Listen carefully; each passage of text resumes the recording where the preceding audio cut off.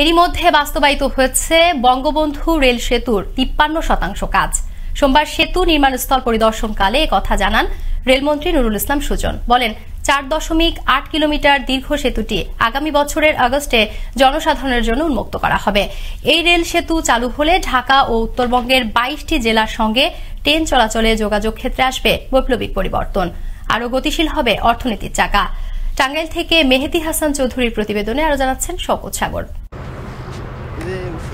২০২০ সালের নভেম্বরে রেল সেতুটির ভিত্তিপ্রস্তর উদ্বোধন করেন প্রধানমন্ত্রী শেখ হাসিনা। বিদ্যমান বঙ্গবন্ধু সেতুতে ট্রেন চালানো ঝুঁকিপূর্ণ হওয়ায় পারাপারের সময় ট্রেনের গতি অনেক কমিয়ে দেওয়া হয়। এছাড়া সেতুর উপর দিয়ে ব্রডগেজ পণ্যবাহী ট্রেন চলাচল নিষিদ্ধ রয়েছে।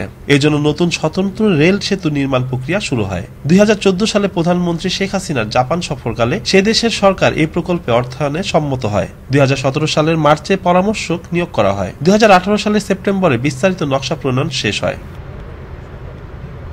ইতিমধ্যে বঙ্গবন্ধু রেল সেতুর ৫৩% কাজ শেষ হয়েছে। এই প্রকল্পে মোট বরাদ্দ বেড়ে এখন ১৬,৭৮০ কোটি ৯৬ লাখ টাকায় দাঁড়িয়েছে, যার মধ্যে অর্থ ব্যয় হয়েছে ৬,১৬৪ কোটি টাকা, যা মোট বরাদ্দের ৩৬%। সেতু নির্মাণের যোদ্ধারা বলছেন, এই রেল সেতুতে কাজ করে তারা তাদের কাজে সন্তুষ্ট।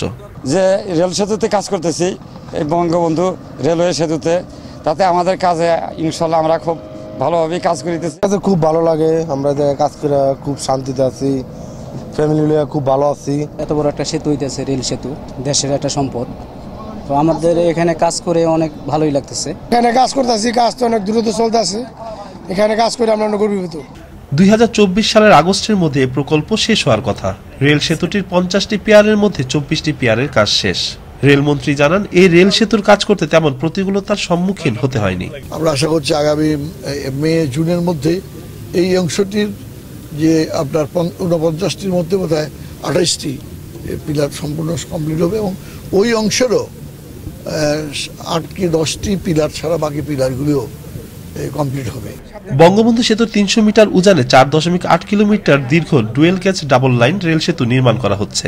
এজন্য পৃথকভাবে নদী শাসন করতে হচ্ছে না। যমুনা ইকো পার্কের পাশ দিয়ে এটা বিদ্যমান বঙ্গবন্ধু সেতুর পশ্চিম অংশে রেলপথের সঙ্গে যুক্ত হবে। শওকত সাগর, আনন্দ টিভি, ন্যাশনাল ডেস্ক।